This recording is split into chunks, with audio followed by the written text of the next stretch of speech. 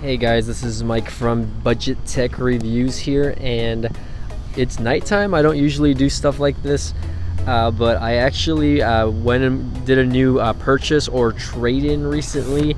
If you guys follow my YouTube channel and you've seen some of my videos in the past, I drive, or I used to drive, a 2014 Hyundai Accent, which is like a little green hatchback, but I upgraded, guys. So my new ride is right behind me. Give you guys a sneak peek. I'll do a full walk around right now. It is a 2019 Hyundai Veloster, and again, I just traded in this car yesterday. I haven't had time to make any specific videos on it or anything like that. So let's do a quick walk around really quick, guys. All right, so just apologies in advance in case you guys are hearing the sound quality not too great. There's a lot of noise going on in the background. But here it is. It's the 2019 Hyundai Veloster. This is not the turbo. This is actually the 2.0 premium package, which comes with, you know, an 8-inch touch display on the inside. Comes with 18-inch alloy wheels, and all the way around, it's just I really love this new car, guys, compared to my old cars. So this is just a quick walk around really quick so you guys can see what it looks like. The exhaust on the bottom, again, it's pretty okay. I mean, it's a 4-cylinder DOHC dual overhead cam, but 147 horsepower. It's not like, you know, supercharged or turbocharged or anything like that, but again, it's a nice little ride, guys. And you know, I've been testing it out already for a full day, going to work and, you know, getting on the highway, and it's just a nice little ride, guys. Oh man, I don't know what to tell you, but it's a major upgrade than from what I was driving. I love the headlights on this car. The headlights are like little LEDs on the bottom, and it just makes the car look slick. Let's see if I can see if that does anything. Hold on, let me lock it and then unlock it. There you go. So you can see here at nighttime, when you unlock the doors and get that going, it looks amazing. It is keyless entry, by the way, so I have a wireless key fob right here. Here it is, Hyundai's 2019 key fobs. They don't look bad in my opinion. I think they look okay. Obviously you can hold for the trunk, the horn, unlock, and again, I can lock the door and unlock the door just standing right here, basically. Let's see, let's get that going really quick. So I can just press this one button right here, and it actually unlocks the door. But if I wanted to press it again, it beeps and then it locks the door, so you can't really open it. Okay, so press it again.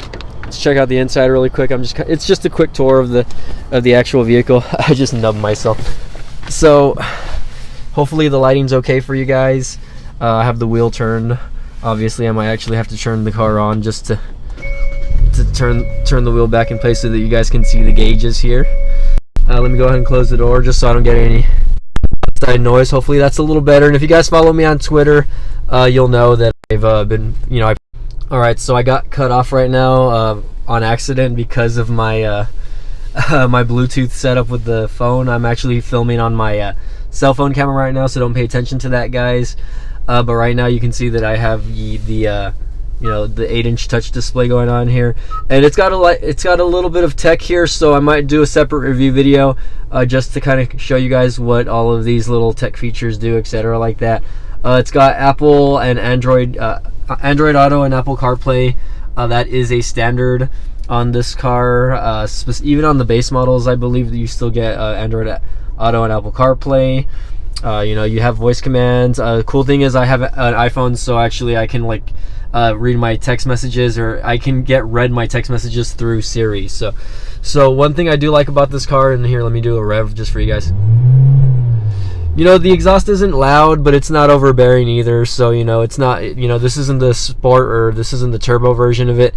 So obviously you're not going to get that sports exhaust, but it doesn't sound bad. You know, when you're flooring it on the highway, it's not bad at all. And again, I might do another video where you guys might see, like, you know, close up of the actual exhaust and me doing a you know, a little, you know, rev or whatever here and there. But again, steering wheel is nice, by the way. I like the black accents. black and red accents all around. Again, I might have to do another video, another walk around. This is just a nighttime walk around. I haven't had time to do videos during the day, unfortunately, but you can see here that it has this premium packaging has leather and kind of like a regular upholstery in the middle here, or not leather, but it's more of like a just a weird material, but it's not a leather material. It's more like just a a regular cloth material here in the middle. But this does have heated seats. Again, you have, it's a DCT or whatever, dual clutch transmission, so I can use the plus minuses down here. It's got your track control button down here. Of course, let's see what else. You have your wipers and basic stuff over here. Same thing with the headlights. Headlights are automatic. Obviously, you can turn them on, off, get that going. This car does not have any support lights on the bottom, fog lights or anything like that. I'm a really big fan of the steering wheel, by the way.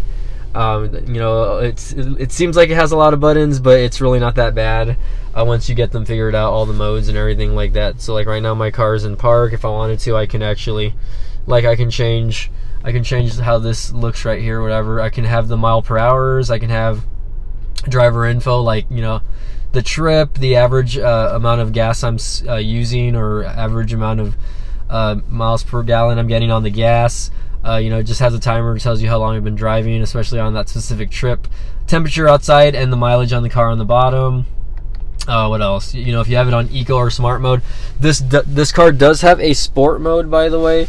So you have that drive mode button down there. If I were to press that, you have your normal, your sport, and then your smart. So obviously you have it set to smart because if you have it on smart, it really kind of follows how you drive, and it saves the most gas if you have it on smart mode, basically.